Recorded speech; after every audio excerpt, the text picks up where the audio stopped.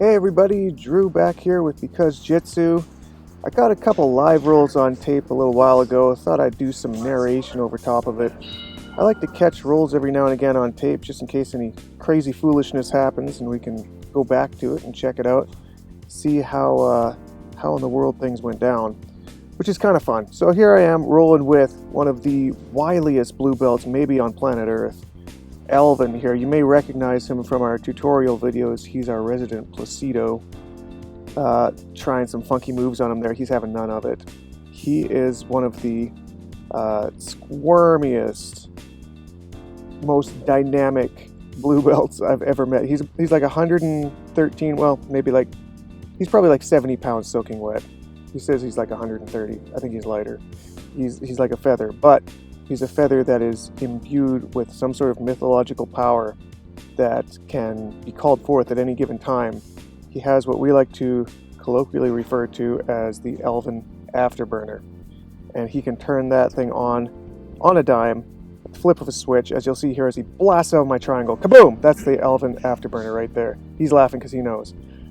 He's trying to double under me here. I get that frame on his neck and say, no sir, I'm going to choke you instead. Let's try that.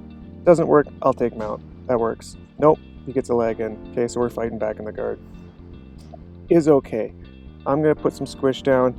He's going to try to stop my leg from knee cutting. No sir, not today.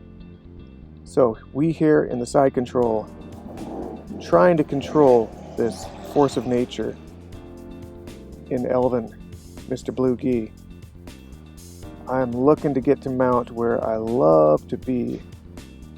There's one thing that I've noticed in the last year or so that during Elvin's training and progression is that I used to be able to get on his back, and now Elven back is like a myth and legend. I'm pretty sure it doesn't exist. It's like a mirage in the desert. The moment you see it and walk towards it, it vanishes. Getting on Elvin's back is like a unicorn. So I will stop at the mount with him because I just know that if I try to take the back from any position, that's his turn to just hit that afterburner, explode out, and I'll wish I never did that. So here we are back in the mount. I'm going to start working this high mount stuff. If you guys have been seeing the mount tutorials we've been putting out, you're going to notice a theme here while I'm rolling. There's a lot of the things that I show in those videos because a lot of it is my A game, but B, I also like to do it against these wilier students who ain't going to have none of it and make me work extra hard to get stuff like that little armbar there that I had to fish through about 3 or 4 different submissions to find. So it's a nice little balance to be able to try the same thing over and over and allow people to kind of get immune to it, find their little defenses, which allow me to then mutate the next generation of evil and figure out the defenses to their defenses, or I suppose the offenses to their defenses.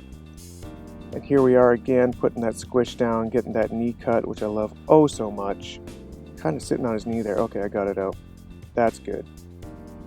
The last thing you want is an Elven on your back, let me tell you. He has some surprisingly good submissions from there. A lot of bow and arrows coming out of this boy.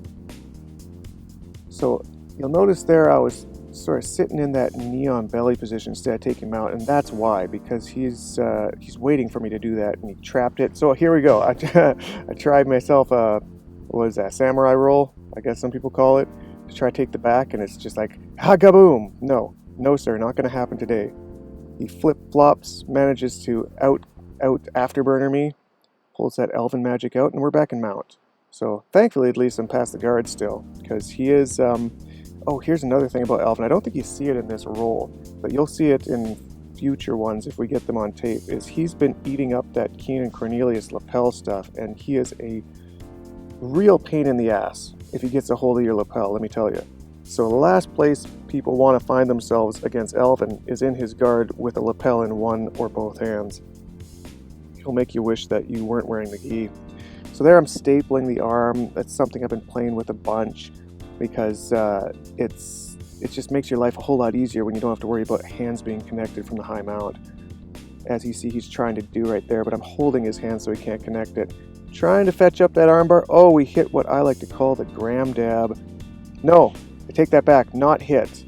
I had to switch. Like I said, he's making me find that next generation finish, because the first generation is now over with, or at least harder to hit. So I believe that's the end of the round right there.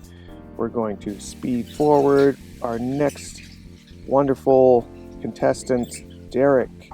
Derek is a 3-stripe white belt who is one of the gamiest gamers we got at our club. He is at almost every class we do, training like between 6 to 8 times a week, which is amazing for a white belt. He's really getting in all the reps, getting all that knowledge in, and it's starting to show. I'm seeing lots of progression through Derek. So here we are. I believe I take his post out there, so I managed to just flop into mount. That was maybe the laziest mount take ever. I'm sorry. So hitting that knee on belly here again. Oh, right, yeah, I fetched that Kimura grip. So if it looks like I'm just flipping for no reason, it's because I got a figure 4 you can't really see. There's the tap, and we reset. Bam, whap, we're back at it. I love this about this game.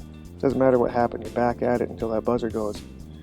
Which is actually kind of funny in this roll because the timer kind of glitched out and we ended up going like an extra minute and a half on this roll, but is okay. Bonus time, bonus roll. Hit that sloppy man's Tomonagi right there. Back to our neon. And I'm trying to get some sort of dilemma here where, oh right, I put my knee in his armpit for no good reason. I remember at this point thinking, my thought process literally right there is, why is my knee there? That was the stupidest thing ever. So I spent the time to stick it back on the other side of his body where it should be. At least have better control. I do a nice little break of his grip on the gi there using my foot. That's in a previous video. I don't know if I uploaded that one or not, but find my way to that harm bar. All right, the belt comes off. This is something that is going to be a running theme in any of my rules with Derek, is he's somehow figured out the Brazilian belt tie perfectly, which means that it's going to fall off every single round at some point, sometimes less than a minute in. I have more than once threatened to staple it to his hip if he can't figure out how to tie that knot tighter. So yeah, it'll remain over there for the rest of this roll. Sad, sorry, as he rolls as a no belt. We get to that high mount and I start isolating. I think I was thinking mirror lock here, but everything was kind of backwards. I went dyslexic on it, which happens. Happens to black belts too. Especially when I'm playing with new things.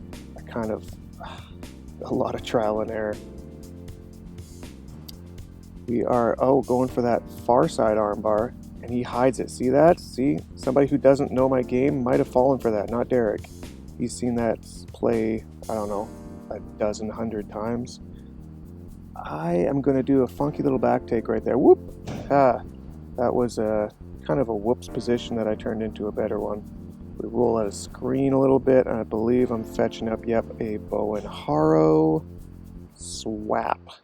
There's the tap. And we back. Okay, let's center that. Come on, boys, play in frame.